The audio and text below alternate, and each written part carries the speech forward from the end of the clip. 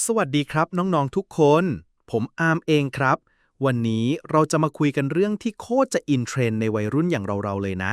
นั่นก็คือ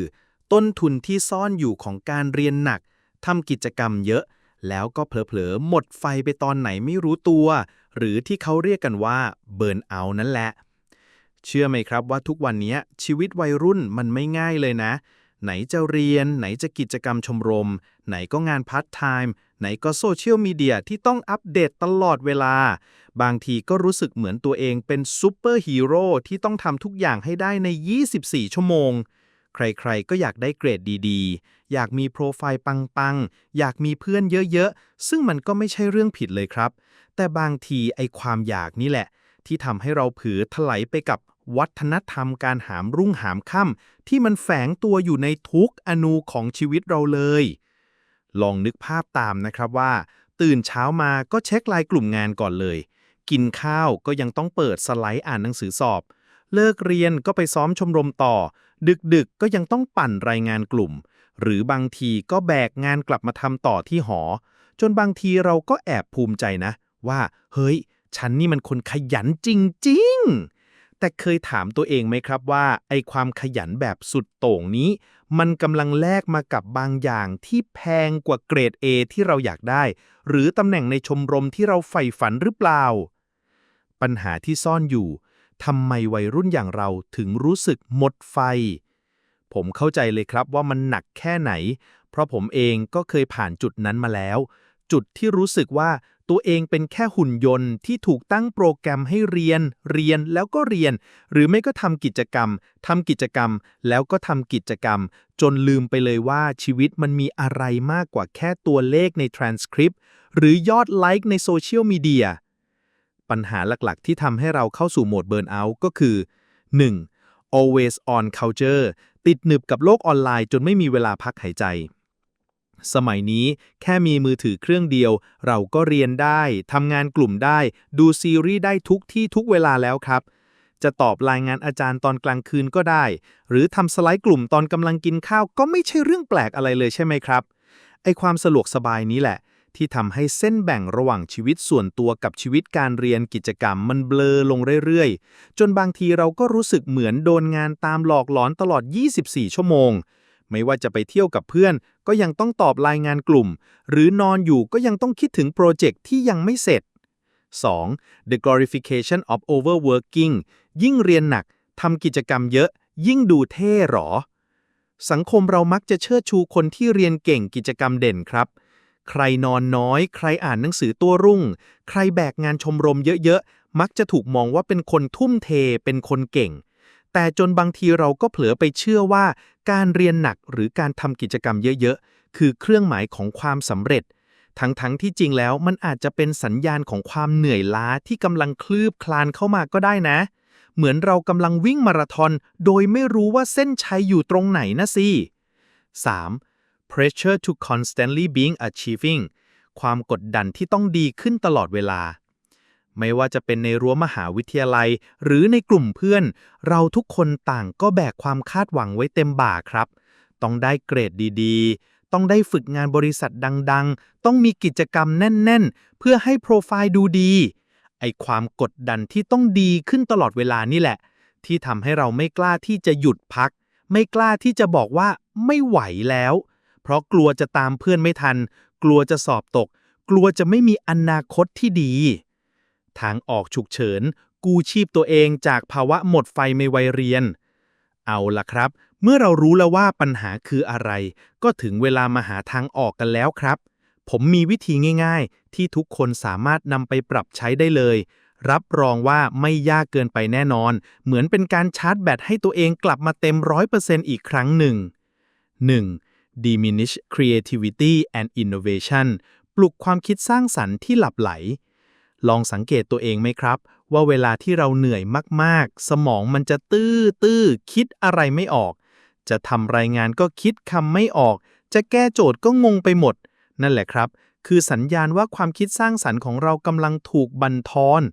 การเรียนหนักหรือทำกิจกรรมเยอะเกินไปไม่ได้ทำให้เราฉลาดขึ้นนะครับแต่มันทำให้เราคิดอะไรไม่ค่อยออกต่างหากวิธีแก้ก็คือลองหาเวลาพักสมองบ้างครับ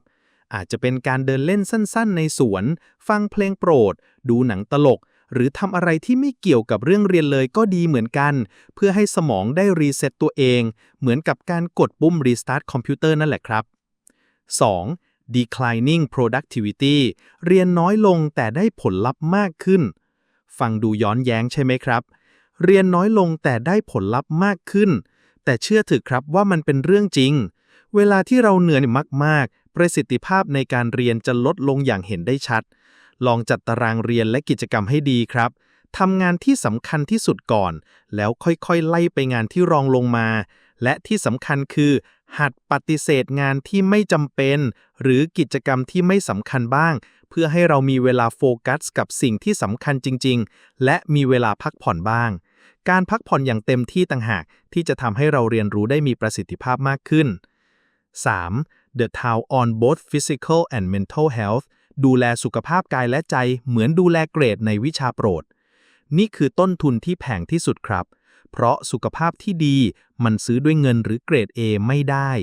ภาวะหมดไฟมักจะมาพร้อมกับปัญหาสุขภาพกายและใจเช่นวิตกกังวลซึมเศร้านอนไม่หลับหรือแม้กระทั่งป่วยบ่อยๆการดูแลตัวเองจึงเป็นสิ่งสำคัญที่สุดครับลองหาเวลาออกกำลังกายบ้างกินอาหารที่มีประโยชน์นอนหลับให้เพียงพอ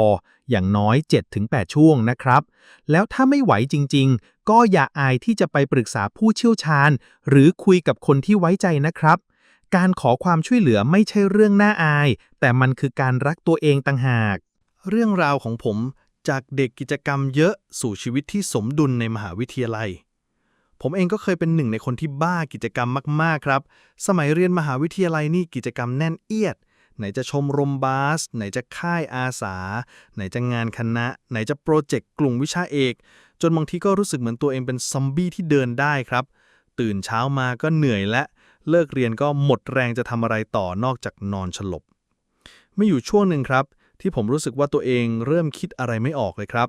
งานกลุ่มที่เคยทำได้สบายๆกลับกลายเป็นเรื่องยากสมองมันตื้อไปหมดแถมยังหงุดหงิดง่ายกับเพื่อนร่วมกลุ่มนอนไม่หลับอีกต่างหากตอนนั้นแหละครับที่ผมเริ่มตระหนักว่าเฮ้ยนี่มันไม่ใช่แล้วนะผมเริ่มรู้สึกว่าชีวิตมันไม่สนุกเลยทั้งที่เมื่อก่อนผมเป็นคนเฮฮาชอบทำกิจกรรมมากๆผมเริ่มจากการหยุดครับหยุดพักจริงๆจังๆไม่ใช่แค่พักแป๊บเดียวแล้วกลับไปทำต่อผมเริ่มจัดสรรเวลาให้ตัวเองได้พักผ่อนมากขึ้นได้ออกกำลังกายได้ทำกิจกรรมที่ชอบแบบที่ไม่ต้องมีเป้าหมายอะไรนอกจากความสุขได้เจอเพื่อนฝูงบ้างแรกๆก็รู้สึกผิดนะครับที่ไม่ได้ทำกิจกรรมตลอดเวลาหรือไม่ได้อ่านหนังสือเยอะเท่ากับเพื่อนแต่พอทำไปเรื่อยๆผมก็เริ่มเห็นความเปลี่ยนแปลงสิ่งที่เกิดขึ้นคือผมรู้สึกสดชื่นขึ้นมีพลังงานมากขึ้นความคิดสร้างสรรค์กลับมาอีกครั้งแถมประสิทธิภาพในการเรียนและการทำกิจกรรมก็ดีขึ้นด้วยซ้ำเพราะสมองมันได้พักได้รีเซ็ตตัวเองมาเลยพร้อมที่จะลุยต่อได้อย่างเต็มที่เหมือนได้อัปเกรดเวอร์ชั่นใหม่ให้ตัวเองเลยครับจากประสบการณ์ตรงของผมอยากจะบอกน้องๆทุกคนว่าการพักผ่อนไม่ใช่การเสียเวลาแต่มันคือการลงทุนเพื่อประสิทธิภาพที่ดีขึ้นในระยะยาวครับ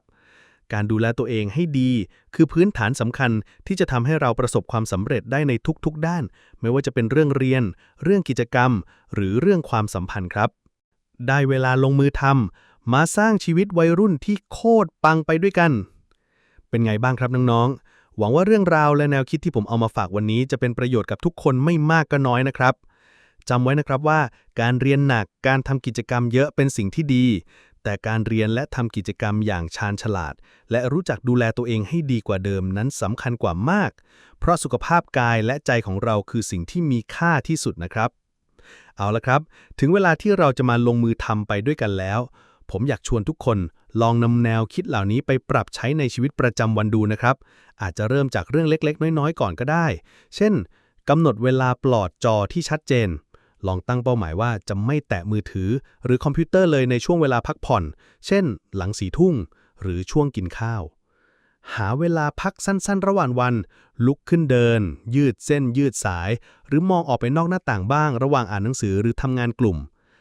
ทำกิจกรรมที่ชอบนอกเวลางานหรือเรียน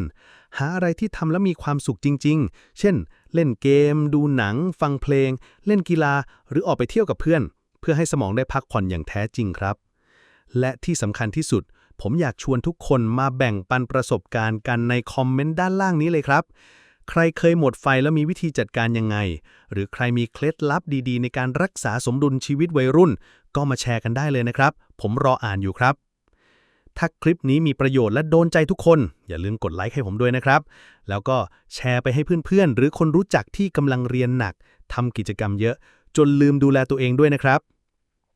และถ้าไม่อยากพลาดเนื้อหาดีๆแบบนี้อีกอย่าลืมกดติดตามช่องชีวิตวัยรุ่นวัยทำงาน by ARM พร้อมกดกระดิ่งแจ้งเตือนไว้ด้วยนะครับสุดท้ายนี้ถ้าเนื้อหามีประโยชน์และอยากสนับสนุนให้ ARM มีกำลังใจทำคลิปดีๆต่อไปสามารถร่วมสนับสนุนได้ที่ลิงก์ Buy Me a Coffee ด้านล่างนี้เลยนะครับขอบคุณทุกคนมากๆแล้วเจอกันใหม่คลิปหน้า